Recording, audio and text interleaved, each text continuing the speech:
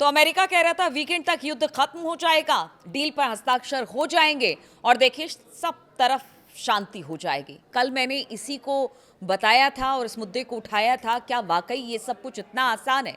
नमस्कार, मैं हूं नीलू। आज मैं आपको दो तीन बड़ी खबरें दूंगी। आज 13 जून है और 13 जून को दो तीन बड़ी खबरें आई हैं इस डील से जुड़ी हुई।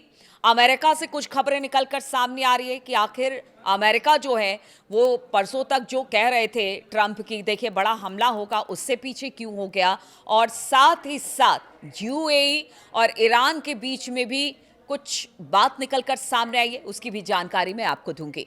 तो देखिए शुरुआत करते हैं कि अमेरिका के साथ डील के मुद्दे पर ईरान के अंदर दो फाड़ की स्थिति इस वक्त बनती जा रही है।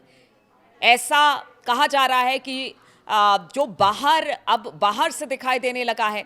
डील को लेकर ईरान के विदेश मंत्री अब्बास अरागची देश के शासन में शामिल लोगों के निशाने पर आ गए हैं। अरागची ने शुक्रवार को सरकारी टीवी पर बताया कि आने वाले दिनों में अमेरिका के साथ समझौते पर हस्ताक्षर किए जा सकते हैं।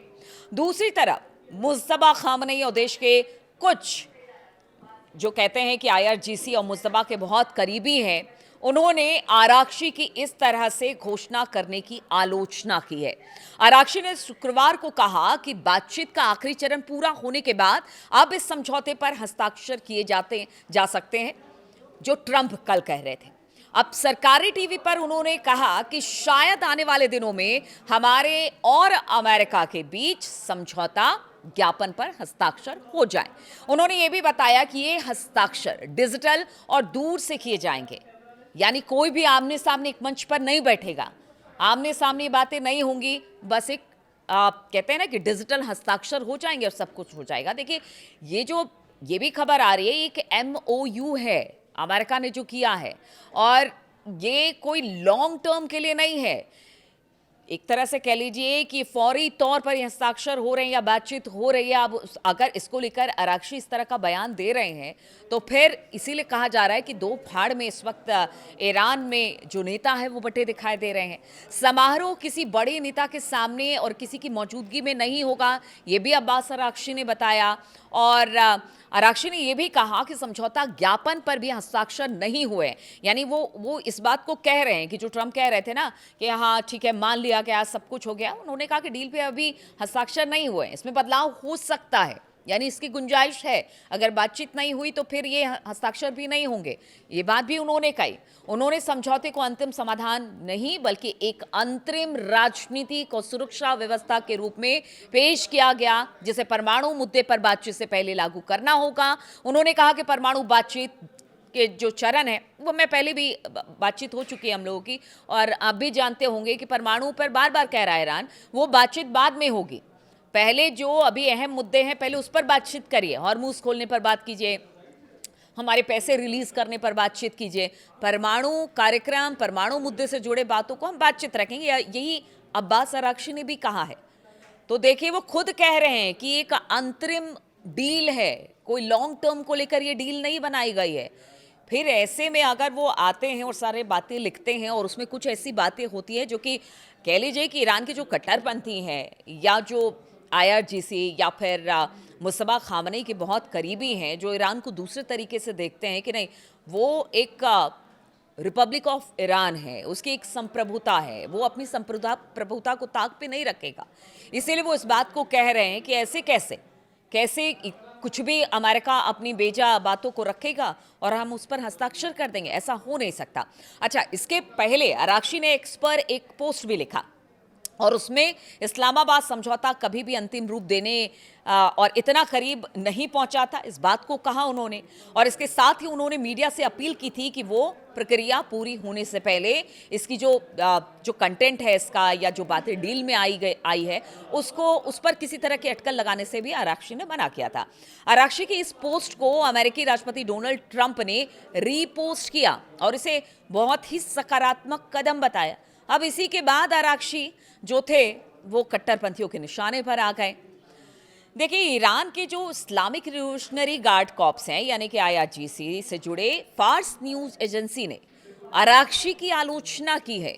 फार्स ने अपनी रिपोर्ट में कहा कि आरागची की पोस्ट ट्रंप के उस दावे को सीधे तौर पर खंडन करने में नाकाम रही है।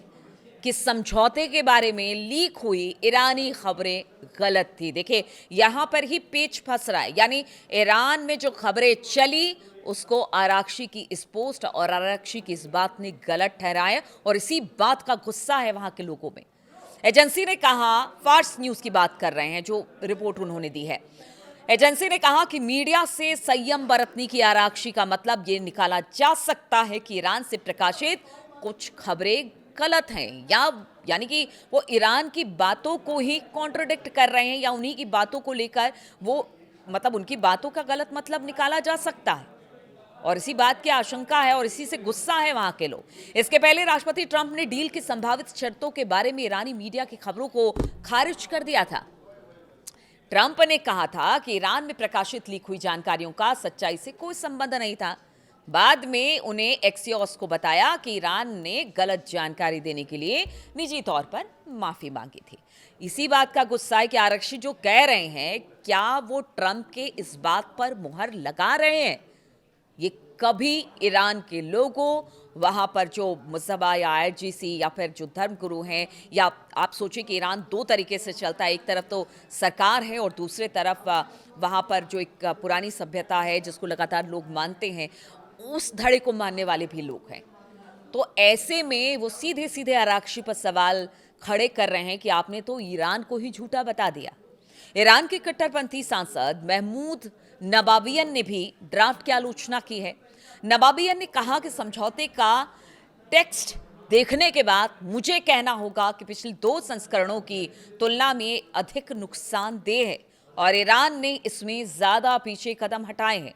वहीं शुक्रवार को नमाज के बाद कई नेताओं ने समझौते को लेकर चेतावनी दे दी है। कहा है, सुप्रीम लीडर मुस्तफा खामनेई की मंजूरी के बिना कोई भी समझौता स्वीकार नहीं होगा। आप कितनी भी बातचीत कर लीजिए, लेकिन जब तक मुस्तफा खामनेई किसी भी डील पर समझौता नहीं करते हैं, हस्ताक्षर नहीं करते हैं, अपनी स्वीकार्यता नहीं देते हैं, तब तक वो डील नहीं मानी जाएगी। यानी एक तरह से साफ हो गया। अब ऐसे में इसीलिए तो पूछ रही थी कि क्या ट्रंप जो वीकेंड में सब कुछ ठीक होने की बात कर रहे थे, डील पर हस्ताक्षर करने की बात कर रहे थे, वो वाकई हो पाएगा? नामुमकिन लगता है इस खबर के बाद। तो देखिए, ईरान लड़ रहा है और इसलिए जो आराक्शी के इस तरह के समझौते से वहां के लोग खफा हैं, वहां के पुराने नेता खफा हैं। उन्होंने कहा कि देखिए, हमने अमेरिका से युद्ध लड़ा, हमने कभी उनकी बेचा शर्तों को नहीं माना, तो अब कैसे मान ले? अब ऐसे ही मान ले कि मतलब हाँ ठीक है, युद्ध रोकना है तो मतलब ईरान की तमाम शर्तों को ताक पर रख दे और उनकी बात मान ले। ऐसा नहीं होगा। बात ईरान और जनता के हित में होगी, हमें स्वीकार है, वरना नहीं। और इसी बीच एक और बड़ी खबर सामने आ रही है। अमेरिका ईरान के बीच विवाद और समझौते में देरी की एक वजह तेहरान का संवर्धित यूरेनियम, यानी कि यूरेनियम इनरिचमेंट रहा है। अमेरिका की कोशिश है कि किसी तरह से भी इस संवर्धित यूरेनियम को ईरान से निकाल लिया जाए। अमेरिकी सेना ने ईरान में घुसकर जो यूरेनियम इनरिचमेंट था उसको कब्जे में लेने के लिए एक विशेष ऑपरेशन की योजना भी बनाई थी, लेकिन देखिए उन्होंने गिव अप कर दिया। और क्यों किया? ईरान की वजह से।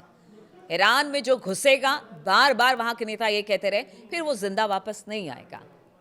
और इसके पीछे बहुत सारी वजह है और इसे बहुत सीक्रेटली प्लान किया गया था कि वहां घुसेंगे अमेरिकी सेना, वहां से जो इनरिच्ड यूरेनियम है निकालेंगे और चले जाएंगे। लेकिन ये सब इतना आसान है क्या?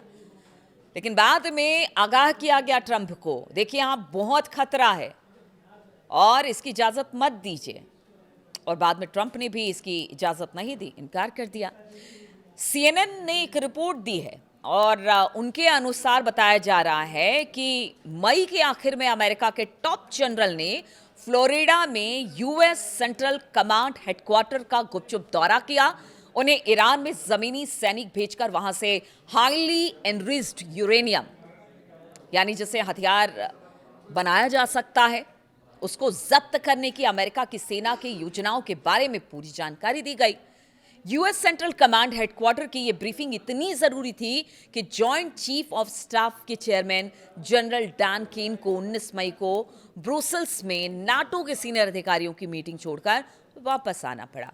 ये देखिए, ये CNN की रिपोर्ट आई है, उसकी बात बता रही हूं। हालांकि इस तरह की खबरें पहले भी थी, लेकिन अब रिपोर्ट के अनुसार ये बात अब निकलकर सामने आई है और ब्रीफिंग से पता चलता है कि अमेरिका ईरान में जमीनी ऑपरेशन करने के काफी करीब पहुंच चुका था। जनरल केन ने राष्ट्रपति डोनाल्ड ट्रंप को इस ऑपरेशन के विकल्पों के बारे में जानकारी दी। हालांकि ट्रंप ने इस पर रोक लगा दी क्योंकि उन्हें बताया गया कि ईरान की तरफ से कड़ी जवाबी कार्रवाई हो सकती है, इससे युद्ध लंबा खिंच सकता है और ग्लोबल इकोनॉमी उथल पुथल में फंस सकती है। ट्रंप ने बड़ी तादाद में अमेरिकी सैनिकों के हताहत होने की संभावना पर भी चिंता जताई थी। आप सोचिए कि आपने देखा होगा बीच में कि उसके जितने जो कैरियर एयरक्राफ्ट थे वो थे, उसके बाद बड़े बड़े जहाज थे, वो सब आगे बढ़ रहे थे। शायद उसी की तैयारी थी, लेकिन ऐन वक्त पर कदम पीछे अमेरिका ने खींच लिया कि यहां जाना मतलब अपने आप को फंसाने के बराबर है। और एक और बड़ी आपको खबर देते हैं, एक बड़े अपडेट आपको बताते चलते हैं। जी हां, रॉयटर्स समाचार एजेंसी के मुताबिक यह दावा किया गया है कि संयुक्त अरब अमीरात यानी यूएई ईरान के लिए 10 अरब डॉलर से ज्यादा जारी करने पर सहमत बन हो गई है उनकी। यह खबर ऐसे समय में सामने आई है जब तेहरान और वॉशिंगटन के बीच समझौते पर बातचीत अंतिम चरण में है। बातचीत में अमेरिकी प्रतिबंधों के कारण विदेशी बैंकों में अटके जो ईरान के अरबों डॉलर जारी करना शामिल बताया जा रहा है। यानी जो मांग ईरान कर रहा था कि हमारे इतने पैसे अलग अलग बैंकों में, उसको रिलीज किया जाए, यह भी एक डील का एक बिंदु है। और अब बताया जा रहा है कि रॉयटर्स के अनुसार यूएई कुल 10 अरब डॉलर ईरान को जारी करने पर सहमत हुआ है, जिसमें से 3 अरब डॉलर से ज्यादा पहले ही ईरान को दिए जा चुके हैं। अगर सूत्रों के अनुसार बात की जाए तो ईरान को दी जाने वाली कुल रकम 20 अरब डॉलर बताई गई। यह कदम यूएई पर ईरान के हमलों को रोकने के बदले में उठाया गया, क्योंकि देखिए सबसे ज्यादा अगर किसी पर हमले बीते युद्ध में हुआ तो वो इजराइल से भी ज्यादा यूएई में हुआ है। और इसीलिए कहा जा रहा है कि पैसा यूएई दे रहा है ईरान को। हालांकि देखिए इस खबर की पुष्टि नहीं करती हूं, रॉयटर्स से जो खबर आई है वो बता रही हूं, ये एक प्रोपेगेंडा भी हो सकता है। देखिए इस वक्त एक युद्ध जमीन पर और मैदान में आकाश से लड़े जा रहे, तो दूसरी तरफ कलम से भी, यानी जो कहते हैं ना कि एक युद्ध समाचार और इस तरह की खबरों से भी लड़े जा रहे। रॉयटर्स की रिपोर्ट में ये साफ नहीं किया है कि ट्रांसफर की तय की गई जो रकम है यूएई की है या फिर यूएई की बैंकिंग प्रणाली में लंबे समय से अटके ईरान के खातों से आई है। अमेरिका और ईरानी अधिकारियों की ओर से इस मुद्दे पर फिलहाल कोई प्रतिक्रिया नहीं दी गई है। दोनों देशों ने इस पर स्थिति साफ नहीं की है। संयुक्त अरब अमीरात के विदेश मंत्रालय ने उन रिपोर्टों को साफ तौर से खंडन कर दिया है जिसमें दावा किया गया है कि ईरान को 3 अरब अमेरिकी डॉलर ट्रांसफर यूएई कर रहा है। मंत्रालय ने कहा कि आरोप पूरी तरह से झूठे हैं और बेबुनियाद हैं। मिलिट्री ने साफ किया कि ईरान का फ्रीज किया गया फंड यूएई के जरिए ट्रांसफर या रूट नहीं किया गया है। अमेरिका के साथ डील के मुद्दे पर ईरान के अंदर देखिए अब दो फाड़ हो गया है। इधर यूएई पैसे दे रहा है क्या नहीं है यूएई बताएगा, और आगे आने वाले दिनों में ये पता चलेगा कि वाकई कुछ ऐसा हो रहा है, क्योंकि इस वक्त खबरें भी बड़ी तेजी के साथ आगे बढ़ती हैं जब युद्ध के मैदान में दो देश आमने सामने होते हैं। इधर ईरान में जिस तरह की स्थिति बन रही है, तो इन सब बातों से तो यही लग रहा है कि कुछ जो डील के बिंदु हैं उस पर तो बातचीत हो रही है, उस पर तो सहमति बन रही है, लेकिन जहां तक ईरान की संप्रभुता, ईरान की जनता और ईरान की बेहतरी के लिए जो बातें, इतना लंबा युद्ध ईरान ने लड़ा है, आप सोचिए बहुत नुकसान ईरान को हुआ है, इसमें कोई दो राय नहीं है। वो लोग झूठ बोलते हैं जो ये बताते हैं कि ईरान ने ये मारा वो मारा है, लड़ रहा है, वो लगातार लड़ रहा है ईरान अमेरिका से, और यही वजह है कि अमेरिका की हिम्मत नहीं पड़ती कि ईरान की धरती पर उतर आए। लेकिन देखिए ईरान को नुकसान भी बहुत हुआ है। अब ऐसे में इतने नुकसान के बाद अगर आप अमेरिका के आगे झुक जाएंगे तो फिर इस लड़ाई का क्या होगा? आप ईरान की जनता ने जो अपना सब कुछ दांव पर लगा दिया है उसका क्या होगा? इसीलिए जिस तरह से खबर आई और बताया ये गया कि देखिए अब्बास अराक्ची ने जो कहा वो अपनी बातों को ही, यानी ईरान के जो खबरें आई या बाकी चीज़ आई उसको ही कॉन्ट्रोडिक्ट करता हुआ ये पूरा बयान था। इसी वजह से अब नाराज़गी वहाँ पर देखी जा रही है। लेकिन हाँ, जहाँ तक डील की बात है वो तो फिलहाल इस वक्त दिखाई नहीं दे रहा है। अब ऐसे में ट्रंप करेंगे क्या होगा इस डील का? क्या एक बार फिर से क्योंकि देखिए कल भी हमने देखा था कि कुछ हमलों की खबर आई थी, ये कहते हुए कि ट्रंप ने कहा था कि नहीं अब युद्ध खत्म हो गया, डील हो जाएगी, शनिवार रविवार हम सब बैठ के चाय पिएंगे, हस्ताक्षर करेंगे, अपने अपने घर जाएंगे, युद्ध समाप्त हो जाएगा। तो ऐसा नहीं लग रहा है। ईरान में भी इस वक्त दिक्कत है। हालांकि देखिए जो दो फाड़ की बात ईरान में होती है उसको ये भी कहा जा सकता है कि जो पश्चिम जितने वहाँ के मुल्क के पश्चिम देश के अखबार हैं या फिर वहाँ से जो सूचना मिलती है वो कहीं ना कहीं गलत तरीके से ईरान को लेकर पेश की जाती है। तो अब इसमें क्या सच्चाई है क्या नहीं है नहीं पता, लेकिन फिलहाल ईरान के रुख से तो यही लगता है कि जब तक उसकी बात नहीं मानी जाएगी तब तक डील नहीं होगी। बहुत बहुत शुक्रिया आप सभी का मेरे साथ इस वीडियो में शामिल होने के लिए।